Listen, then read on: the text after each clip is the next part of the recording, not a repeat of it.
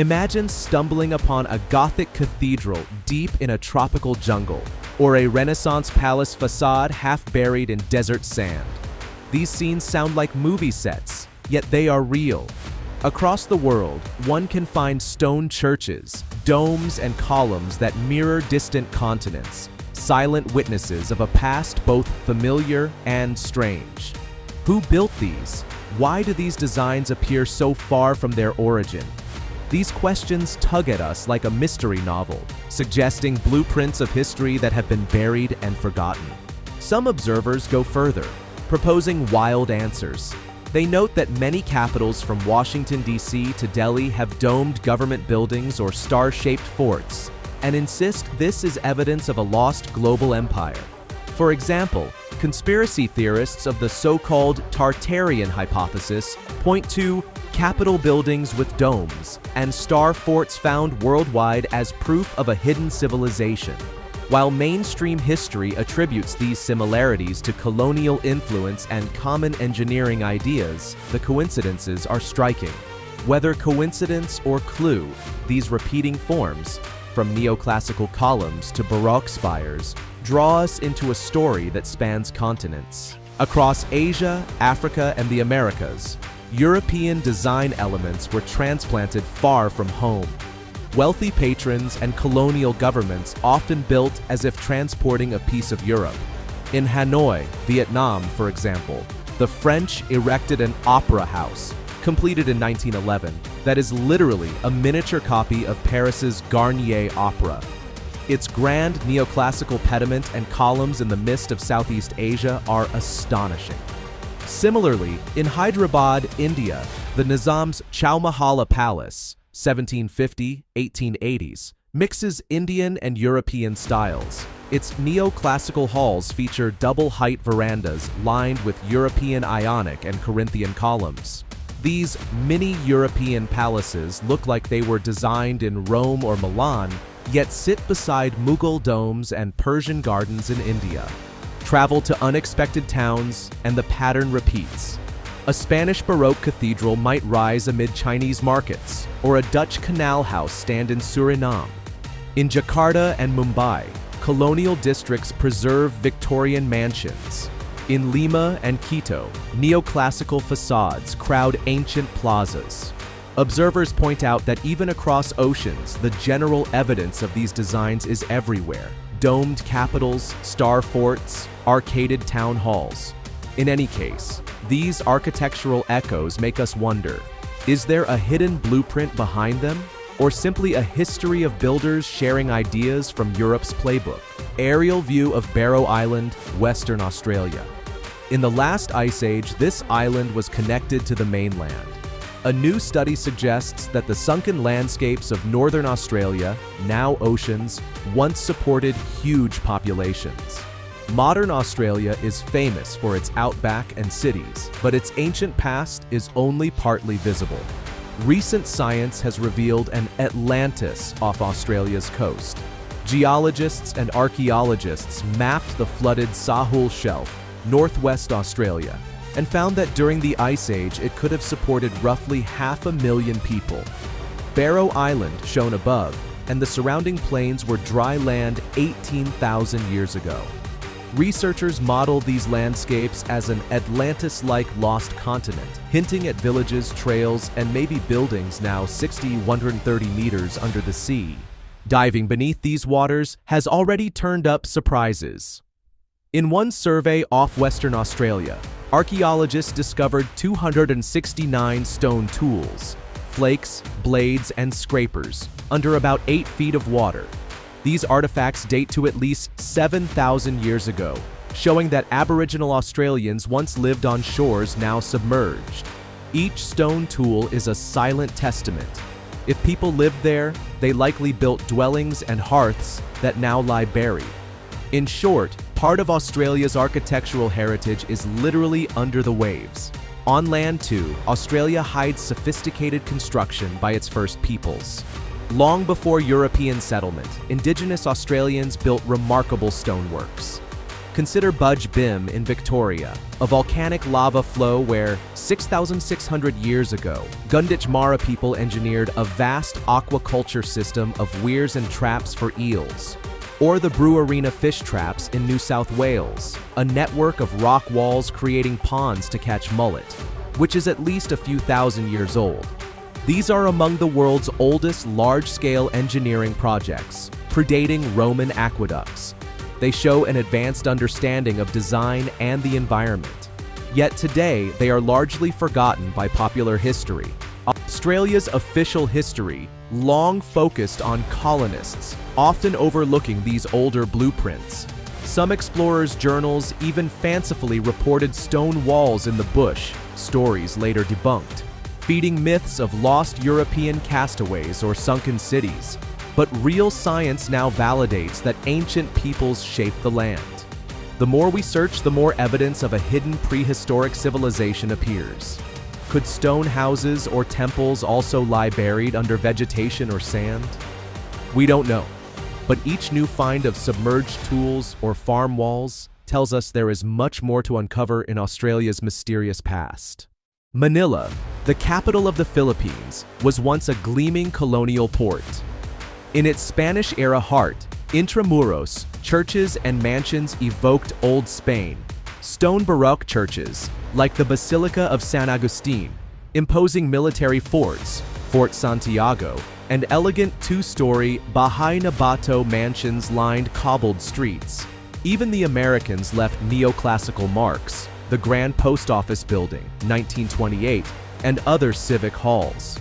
Together, these gave Manila a richly European skyline amid tropical jungles. The San Agustin Church in Manila after an 1880 earthquake. Centuries later, during Waritunes, even grand stone churches like this were devastated, as were much of Manila's historic buildings. Yet much of Old Manila is now gone. In February 1945, the Battle of Manila flattened large parts of the city. Spanish colonial structures, already decades old, bore the brunt of warfare and fire. Thousands of buildings were no longer rebuilt or restored after the fighting. Many that survived in 1945 crumbled in the late 20th century from neglect or development. Only a few landmarks made it through. Today, Manila Cathedral, San Agustin Church, parts of Fort Santiago, and a handful of colonial mansions stand preserved. Everywhere else lie empty lots or modern replacements. Asia's deep history is written in layers of architecture, many of which no longer survive intact. In the old Indian city of Hyderabad, for example, the Nawabs built a European-flavored palace. The Chowmahala Palace Complex, 18th-19th C, features 4 grand halls. Its neoclassical halls have double-height verandas lined with Ionic and Corinthian pillars. One wing might be mistaken for an Italian palazzo, the next for a Persian pavilion. This mixing shows how local rulers once freely blended old-world styles across culture. China offers another dramatic example. The Qing emperors created the Old Summer Palace in Beijing as a landscaped world of splendor. In the 1700s, they even commissioned European Jesuit architects to design Xianglu, ornate Baroque palaces with fountains and colonnades. These grand halls were so admired that 19th century visitors likened them to European parks. But in 1860, the Anglo-French forces burned these palace complexes to the ground. Today, only ruins of foundations and some looted artifacts remain, hidden under willow trees. The vanished pavilions of Yuanming Yuan remind us that Asia once hosted world-class structures that time and conquest have erased. Throughout Asia, entire cities have been repurposed so that older blueprints lie buried. In Cambodia, the great Khmer temples of Angkor slipped into jungle until rediscovery. In Japan, each change of capital, from Nara to Heian to Edo, saw palaces torn down and roads built over older ones. Even iconic monuments blend legacies. The dome of India's Taj Mahal, 1650s, bears a suggestive likeness to St. Peter's Basilica in Rome, hinting at global architectural dialogue of the era. Archaeologists routinely find older layers beneath Asia's metropolises. The continent's lost blueprints are often only faintly visible now, in ruins or in the very ground beneath. What else might yet be discovered under mud and vegetation? The question remains wide open. In the Americas, the colonial blueprint often wrote over an older one. Mexico City is a prime example. In 1521, the Spanish razed the Aztecs' great temple, Templo Mayor, and used its stones as fill for their new city's cathedral and plaza. The Cathedral Metropolitana you see today sits directly atop layers of an Aztec pyramid, its foundations built from sacred stone. For centuries, the exact site of the Templo Mayor was lost to memory, only being excavated again in the 20th century. In effect, the Spaniards built their empire literally on the Aztecs' ruins, hiding the original city under their own. Similarly in Peru, the Incas' golden temple of the sun, Coricancha, in Cusco, was torn down stone by conquistadors. They then erected the church and convent of Santo Domingo in its place. Inside the church, ancient Inca walls of precisely cut granite form part of the sacred space. Every stone there once faced the sun. Now it faces an altar of Christ. This conflation, a Catholic church growing out of an Inca temple, is one of many sites where American cities literally repurposed indigenous architecture. Even in North America, visible memories remain buried.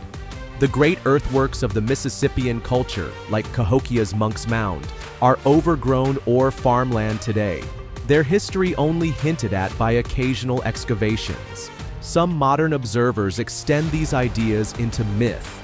They note that Washington's Capitol dome resembles St. Peter's and whisper of a Masonic or Tartarian heritage. Fringe theorists even claim, without evidence, that U.S. landmarks like the White House or old New York buildings were inherited from an erased Tartaria. While scholars dismiss such conspiracies, the impulse is understandable. It reflects a deep truth. Conquerors often covered up what they conquered.